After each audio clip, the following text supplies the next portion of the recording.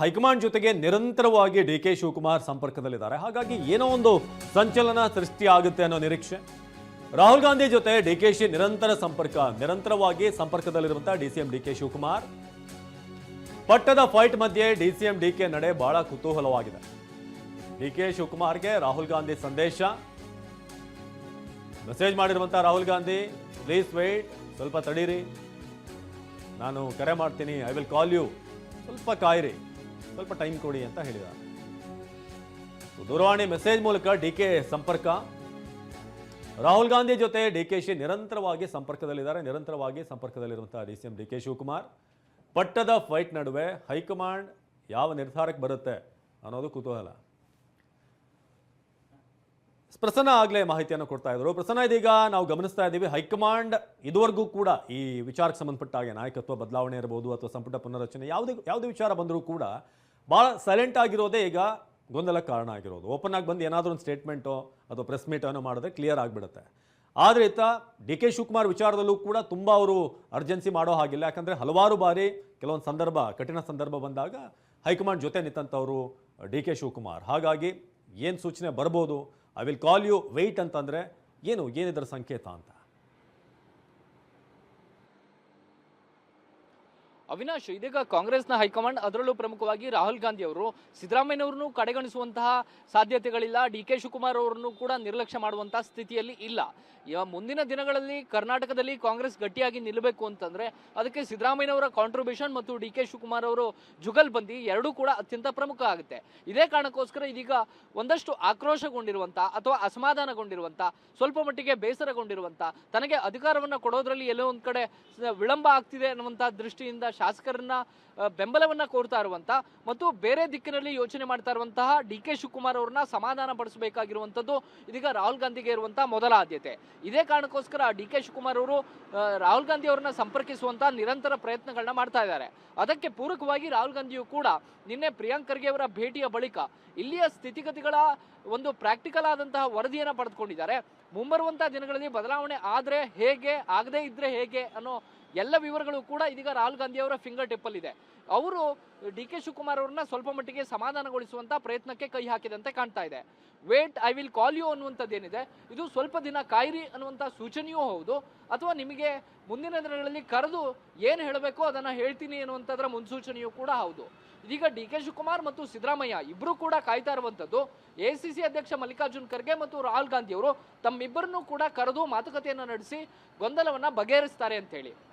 ಈ ಕ್ಷಣದ ತನಕವೂ ಕೂಡ ಬೇರೆ ಬೇರೆ ರೀತಿಯ ನಾಯಕರು ಎಷ್ಟೇ ಪ್ರಯತ್ನ ಪಟ್ಟರೂ ಕೂಡ ರಾಹುಲ್ ಗಾಂಧಿ ಅವರಿಂದ ಒಂದು ಸಂದೇಶ ಬಂದಿರಲಿಲ್ಲ ಮತ್ತು ರಾಹುಲ್ ಗಾಂಧಿ ಅವರ ಭೇಟಿ ಕೂಡ ಡಿ.ಕೆ. ಶಿವಕುಮಾರ್ ಅವರಿಗೆ ಸಾಧ್ಯ ಆಗಿರಲಿಲ್ಲ. ಆದ್ರೆ ಈಗ ಬಂದಿರುವಂತಹ ಸಂದೇಶ ಎಲ್ಲೋ ಒಂದ್ ಕಡೆ ಸ್ವಲ್ಪ ಮಟ್ಟಿಗೆ ಡಿ.ಕೆ. ಶಿವಕುಮಾರ್ ಮತ್ತೊಂದು 2-3 ದಿನಗಳ ಮಟ್ಟಿಗೆ ಕಾದು ನೋಡೋದಕ್ಕೆ ಒಂದು ಅವಕಾಶವನ್ನ ಮಾಡಿಕೊಟ್ಟಂತೆ ಕಾಣ್ತಾ ಇದೆ. ಮತ್ತು ಡಿ.ಕೆ. ಶಿವಕುಮಾರ್ ಒಂದು ಅಡ್ವರ್ಸ್ ಆದಂತಹ ನಿರ್ಣಯವನ್ನ ಕೈಗೊಳ್ಳಬಾರದು ಅನ್ನುವಂಥದ್ದು ಕೂಡ ಹೈಕಮಾಂಡ್ ದೃಷ್ಟಿಯಲ್ಲಿದೆ. ಡಿ.ಕೆ. ಶಿವಕುಮಾರ್ ಎಲ್ಲೋ ಒಂದ್ ಕಡೆ ರೊಚ್ಚಿಗೆದ್ದು ಅಥವಾ ತಮಗೆ ವಿಳಂಬ ಆಗ್ತಾ ಇರುವಂತಹ ಈ ಒಂದು ಬೆಳವಣಿಗೆಗಳಿಂದಾಗಿ ಬೇಸರಗೊಂಡು ಬೇರೆ ಬೇರೆ ರೀತಿಯ ನಿರ್ಣಯವನ್ನ ಕೈಗೊಂಡ್ರೆ ಅದು ಸಹಜವಾಗಿಯೇ ಪಾರ್ಟಿಗೆ ಡ್ಯಾಮೇಜ್ ಆಗುತ್ತೆ. ಸಿದ್ದರಾಮಯ್ಯನವರು ಎಷ್ಟು ಅಗತ್ಯ ಪಾರ್ಟಿಗಿದೆಯೋ ಡಿ.ಕೆ. ಶಿವಕುಮಾರ್ ಅವರ ಅಗತ್ಯ ಕೂಡ ಇದೆ ಅನ್ನುವಂಥದ್ದನ್ನ ರಾಜ್ಯ ನಾಯಕರು ರಾಹುಲ್ ಗಾಂಧಿಗೆ ಮನವರಿಕೆ ಮಾಡಿಕೊಡುವಂತ ಕೆಲಸವನ್ನ ಮಾಡಿದ್ದಾರೆ. ಈ ಕಾರಣಕ್ಕೋಸ್ಕರ ಇದೀಗ ಡಿ.ಕೆ. ಶಿವಕುಮಾರ್ ಅವರಿಗೆ ಬಂದಿರುವಂತಹ ರಾಹುಲ್ ಅವರ ಸಂದೇಶ ಬಹುತೇಕ ಮುಂದಿನ ವಾರದ ಪ್ರಾರಂಭ ಅಥವಾ ಈ ವಾರದ ಅಂತ್ಯದ ಒಳಗೆ ಒಂದು ಗೊಂದಲವನ್ನ ಬಗೆಹರಿಸುವಂತಹ ನಿಟ್ಟಿನಲ್ಲಿ ಬೆಳವಣಿಗೆಗಳು ಹೋಗಬಹುದು ಅನ್ನುವಂತಹ ಸೂಚನೆಯನ್ನ ಕೊಡ್ತಾ ಇದೆ. ರಾಹುಲ್ ಗಾಂಧಿ ಅವರು ಎಸಿಸಿ ಅಧ್ಯಕ್ಷ ಮಲ್ಲಿಕಾರ್ಜುನ್ ಖರ್ಗೆ ಅವರು ಒಂದು ಸುತ್ತಿನ ಚರ್ಚೆಯನ್ನ ನಡೆಸಬೇಕು. ಅದಾದ ಬಳಿಕ ಕೆ.ಸಿ. ವೇಣುಗೋಪಾಲ್ ಹಾಗೂ ರಾಜ್ಯ ಕಾಂಗ್ರೆಸ್ ಉಸ್ತುವಾರಿಯವರು ಕೂತು ಮಾತುಕತೆಯನ್ನ ನಡೆಸಬೇಕು. ಅದಾದ ಬಳಿಕ ಇಬ್ಬರನ್ನು ಕೂಡ ಕರೆದು ಮಾತುಕತೆಯನ್ನ ನಡೆಸುವಂತಹ ಕೆಲಸಕ್ಕೆ ಎಸಿಸಿ ನಾಯಕರು ಮುಂದಾಗಬಹುದು. ಡಿ.ಕೆ. ಶಿವಕುಮಾರ್ ಹಾಗೂ ಸಿದ್ದರಾಮಯ್ಯನವ್ರನ್ನ ಜೊತೆಯಲ್ಲಿ ಕೂರಿಸಿ ಮಾತನಾಡಿದ್ರೆ ಮಾತ್ರ ಇದು ಬಗೆಹರಿಯುತ್ತೆ ಹೊರತು ಇಲ್ಲದೆ ಹೋದ್ರೆ ಯಾವುದೇ ರೀತಿಯ ಗೊಂದಲ ಬಗೆಹರಿಯೋದಕ್ಕೆ ಸಾಧ್ಯವಿಲ್ಲ. ಮತ್ತು ಡಿ.ಕೆ. ಶಿವಕುಮಾರ್ ಎಷ್ಟರ ಮಟ್ಟಿಗೆ ಕಾಯ್ತಿದ್ದಾರೆ ಅಂತಂದ್ರೆ ಪ್ರತಿ ವೇದಿಕೆ, ಪ್ರತಿ ಸಂದರ್ಭ ಅಥವಾ ಪ್ರತಿಯೊಂದು ಶಾಸಕರ ಬೆಂಬಲವನ್ನ ಪಡೆಯುವಂತಹ ಪ್ರಯತ್ನಗಳನ್ನ ಮಾಡ್ತಾ ಇದ್ದಾರೆ. ಯಾರೆಲ್ಲ ನಾಯಕರು ಸಿದ್ದರಾಮಯ್ಯನವರ ಪರವಾಗಿದ್ದಾರೆ ಅವ್ರನ್ನ ವಿಶ್ವಾಸಕ್ಕೆ ಪಡೆಯುವಂತ ಕೆಲಸಕ್ಕೆ ಕೈ ಹಾಕಿದ್ದಾರೆ ಮತ್ತು ತನಗೆ ಎದುರಾಳಿಗಳು ಯಾರು ಇದ್ದಾರೆ ಅವ್ರನ್ನ ಬಗ್ಗು ಬಡಿಯೋದಕ್ಕಿಂತ ಹೆಚ್ಚಾಗಿ ಅವ್ರನ್ನ ವಿಶ್ವಾಸಕ್ಕೆ ಪಡೆಯುವ ಮೂಲಕ ತನ್ನ ದಾರಿಗೆ ತರುವಂತಹ ಪ್ರಯತ್ನಗಳನ್ನ ಡಿ.ಕೆ. ಶಿವಕುಮಾರ್ ಅವರು ಮಾಡ್ತಿದ್ದಾರೆ. ಈ ಕಾರಣಕ್ಕೋಸ್ಕರ ಇದೀಗ ಬಹಳಷ್ಟು ಬೆಳವಣಿಗೆಗಳು ಕಾಂಗ್ರೆಸ್ನಲ್ಲಿ ಬೇರೆ ಬೇರೆ ರೀತಿಯ ತಿರುವನ್ನ ಪಡೆದುಕೊಳ್ತಾ ಇದೆ. ಅವಿನಾಶ, ಪ್ರಸನ್ನ, ಹಾಗೆ ಸಂಪರ್ಕದಲ್ಲಿ ಏನು ಅಧಿಕಾರ ಹಂಚಿಕೆ ವಿವಾದದ ನಡುವೆ ದೇವರ ಮೊರೆ ಹೋದಂತ ಡಿ.ಕೆ. ಶಿವಕುಮಾರ್ ನಿವಾಸದಲ್ಲಿ ಅಜ್ಜಯ್ಯನಿಗೆ ವಿಶೇಷ ಪೂಜೆ ಸಲ್ಲಿಸಲಾಗ್ತಾ ಇದೆ. ಸದಾಶಿವನಗರ ನಿವಾಸದಲ್ಲಿ ಅಜ್ಜಯ್ಯನಿಗೆ ವಿಶೇಷ ಪೂಜೆ.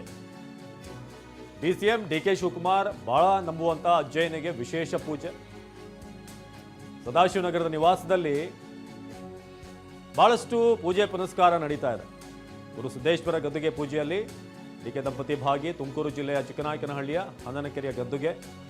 ಸದಾಶಿವನಗರದ ನಿವಾಸಕ್ಕೆ ಬೆಳಗ್ಗೆ ತಂದಿದ್ದಂಥ ಗದ್ದುಗೆಗೆ ಪೂಜೆ. ಮೊನ್ನೆಯಷ್ಟೇ ಹಾಸನದಿಂದ ಪಾದುಕೆ ಬಂದಿತ್ತು, ಅದರ ಪೂಜೆ ಬಗ್ಗೆ ಕೂಡ ನೀವು ನೋಡಿದ್ರಿ. ಅದಾದ ನಂತರ ಇದೀಗ ಅಧಿಕಾರ ಹಂಚಿಕೆಯ ಚರ್ಚೆ ನಡುವೆ ದೇವರ ಮೊರೆ ಹೋದಂಥ ಡಿ ಕೆ ಶಿವಕುಮಾರ್. ಸೊ ಗುರು ಸಿದ್ದೇಶ್ವರ ಗದ್ದುಗೆ ಪೂಜೆಯಲ್ಲಿ ಡಿ ಕೆ ದಂಪತಿ ಭಾಗಿಯಾಗಿದ್ದಾರೆ.